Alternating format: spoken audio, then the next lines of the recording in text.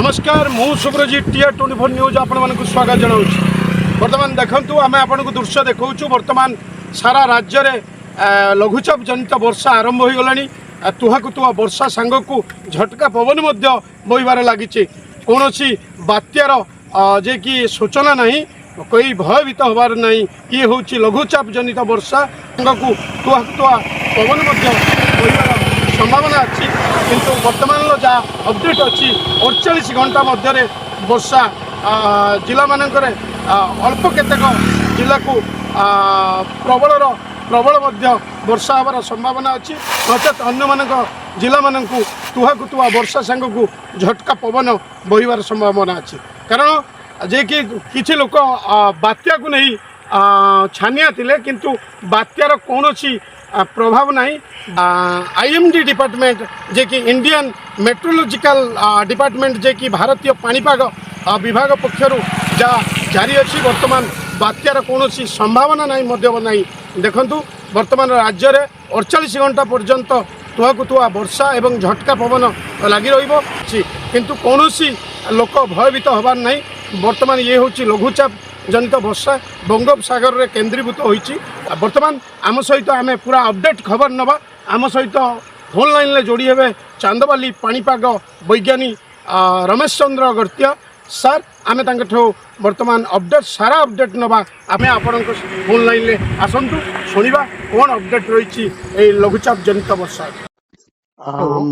Hello, वर्तमान आम संगे फोन लाइन ले जोड़ी होती भद्रक चांदबाली पाणीपाग विभाग पाणीपाग वैज्ञानिक रमेश चंद्र गड़तिया सर।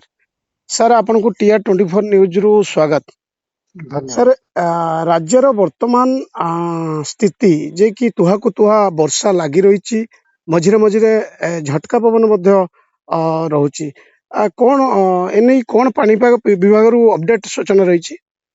देखो आमर जोटा पश्चिम केन्द्रीय तथा उत्तर बंगोपसागर ऊपर जो घूर्णिबलयटा सृष्टि होता से क्रमशः आज सकाल 8:30 सुधा उत्तर बंगोपसागर अंचल एक लघुचाप क्षेत्र में परिणत हो सारी प्रभाव आपण वर्षा किंबा तुहाको गस्टी विंड झटका पवन परिलक्षित होवार वर्तमान स्थिति कौन रही?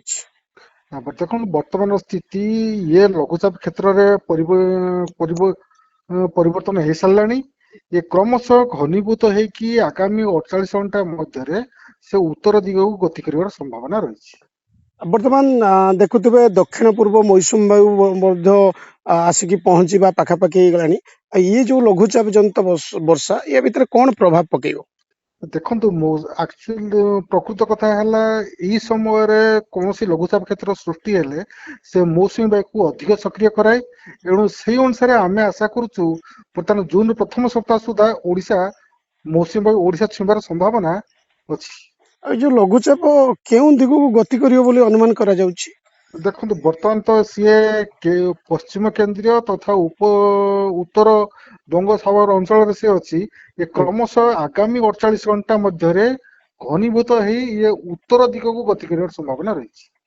उत्तर दिग दे गति कर वर्तमान लोक भयभीत अवस्था रे किछि लोक भाबुतले काले बात्या आशंका अछि कि बात्या रो रूप नहीं पारे कि बात्या जंत किछि अपडेट आसी पारे कि ना सेमती बात्यार रूप नेला भाया कौन प्रश्न बर्तमान सुधा जना पड़ी ना। कि द्वारा आप वर्षार परिमाणटा ओडिशार सब जगह अनुभूत हम। वर्षाटा केते दिन धरी लगी रही? देखो आज्ञा बर्तमान तो आम आगामी 48 घंटा पर्यंत वर्षा परिमाणटा लगी रजिकार तथ्य अनुजाई दक्षिण ओडिशा उपरे ये केतेक स्थान रे वर्षा हेबो एवं उत्तर ओडिशा उपरे ये अल्प स्थान रे वर्षा हेबार संभावना। केउ जिला को वर्षा हेबो बोली सूचना मिलुछि? केउ जिला ये देखंतु ये सारा ओडिशा रे प्रत्येक जिल्ला रे वर्षा किछि ना किछि हेबो, किंतु दक्षिण ओडिशा रे हमें कहजु केतेक स्थान रे हेबो, किंतु उत्तर ओडिशा रे अल्प केतेक स्थान रे वर्षा हेबो। ता सहित आपण कलाहांडी नुआपड़ा और केन्द्रापड़ा जिल्ला रे गोटे दुटा स्थान में प्रबल वर्षा हबार संभावना रही। शुणुले आमर चांदबाली पाणीपाग विभाग पाणीपागी वैज्ञानिक जे कि पाणीपाग वैज्ञानिक रमेश चंद्र गड़तिया सर आपण को अपडेट दौले आगामी आम अपडेट आपण पाखे जारी रहिबो सर आपण को नमस्कार नमस्कार देखाउथुलु एवं अपडेट मध्ये दउथुलु वर्तमान आमे जे कि अपडेट शुणुले जे कि पाणीपाग विभाग तरफरु जे कि पाणीपाग वैज्ञानिक रमेश चंद्र गड़तिया सर वर्तमान आपण मानक अपडेट दउथुले वर्तमान भद्रक जिल्ला सुब्रजित पाल रिपोर्ट TR24 न्यूज भद्रक।